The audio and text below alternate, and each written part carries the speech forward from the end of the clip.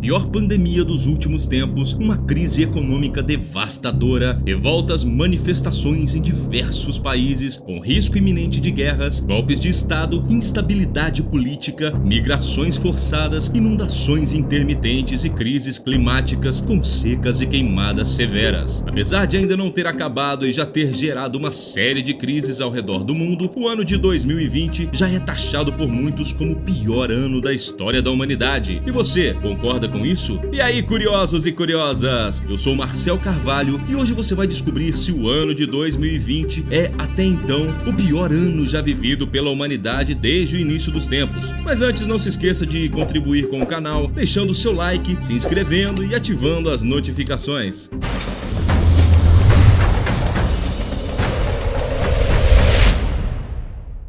Viajando um pouco no tempo, sabemos que os séculos passados foram cobertos de acontecimentos gigantescos, como por exemplo, doenças, guerras, crise econômica, entre vários outros. Se você achou que 2020 era de fato o pior ano da história da humanidade, você se enganou, pois o ano mais aterrorizante de todos foi o ano de 536 depois de Cristo. Segundo pesquisas recentes, este sim teria sido o pior ano da história da humanidade. Para especialistas, estudiosos e cientistas, o ano de 536 não foi somente os piores 12 meses para se viver, mas também o começo de um dos piores períodos para os seres humanos, se não o pior. Naquele ano, uma névoa misteriosa escureceu o céu da Europa, do Oriente Médio e partes da Ásia, tornando impossível distinguir o dia da noite por 18 longos meses. No verão, as temperaturas caíram drasticamente, dando início assim à década mais fria em 2.300 anos. Houve neve durante o verão na China e as colheitas simplesmente deixaram de existir. A fome acabou fazendo muitas vítimas, porém milhares de sobreviventes acabaram migrando em busca de esperança e da luz do sol. Por muito tempo este fenômeno foi uma incógnita para os historiadores, até que, através de uma análise extremamente precisa em uma geleira suíça, foi concluído que a principal causa da grande névoa foi uma erupção vulcânica cataclísmica na Islândia. O vulcão acabou expelindo cinzas pelo hemisfério norte no início do ano de 536 depois de Cristo.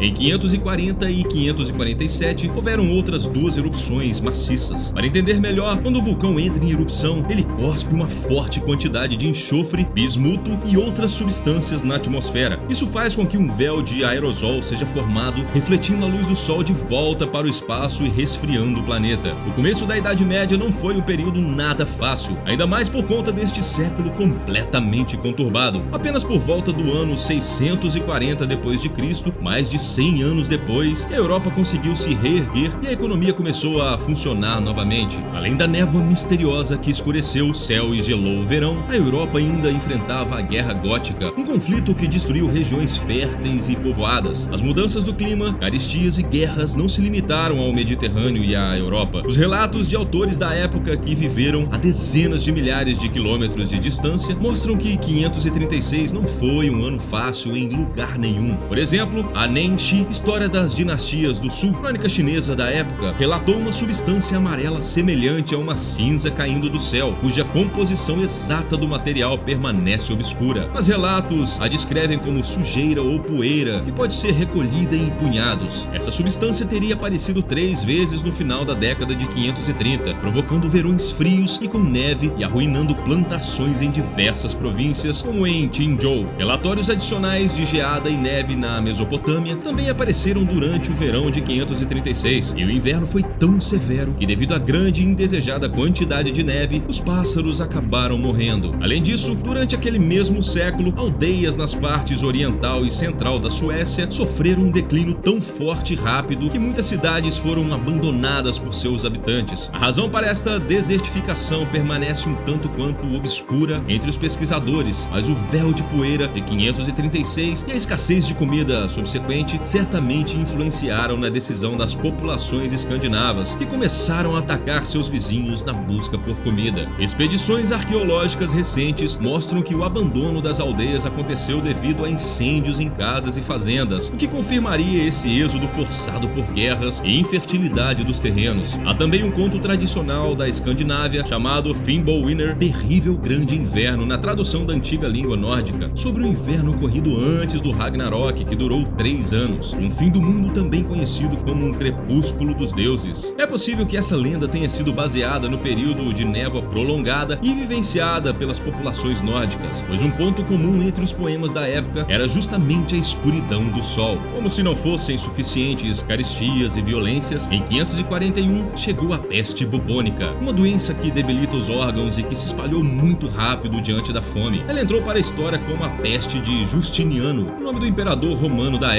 O primeiro foco da epidemia foi no porto romano de Pelusium, no Egito, mas graças aos eficientes meios de comunicação romana, chegou quase imediatamente a todos os cantos do Velho Mundo. No Império Romano do Oriente, o número de vítimas foi particularmente elevado, sendo calculado em praticamente metade da população total. Para se ter uma ideia do nível da mortalidade, a cidade de Constantinopla, naquele momento, contava com cerca de 500 mil habitantes, sendo que pelo menos 250 mil morreram. Uma análise detalhada do gelo retirado dos Alpes da Itália pode ter encontrado o responsável por tanta devastação. Partículas de poeira, de metal e de elementos aerotransportados congelados em vários níveis do núcleo de gelo de 72 metros de comprimento sugerem que a atmosfera na Europa tenha mudado ao longo dos últimos 2 milênios por causa de uma erupção vulcânica cataclísmica na Islândia que teria expelido uma coluna monstruosa de cinzas por todo o hemisfério norte no início do ano de 536. Essa época da história sempre foi considerada muito difícil de ser estudada, especialmente pela ausência de documentos ou de claros indícios sobre o ocorrido. Até o ano de 2019, não se sabia que tamanha devastação pudesse ter vindo de um vulcão islandês. Haviam várias teorias na mesa sobre vários vulcões e até sobre a possibilidade do impacto de um meteoro com a Terra, mas graças a essas pesquisas foi identificado micropartículas de pó vulcânico chamadas de tefra vulcânica, e assim os pesquisadores e cientistas entenderam melhor o que poderia ter ocorrido. Essa foi a primeira vez que estudos históricos se basearam em testes científicos e pesquisas meteorológicas. Quando as erupções são particularmente violentas, como as registradas na época, as partículas atingem a estratosfera, formando uma nuvem permanente como um verdadeiro manto de névoa. Entre todas as substâncias que tal fenômeno teria espalhado no ar, há o dióxido de enxofre, que junto com o vapor de água diminui as temperaturas, pois cria um poderoso filtro contra os raios solares, além de provocar chuvas ácidas que acabam com as colheitas, piorando a situação.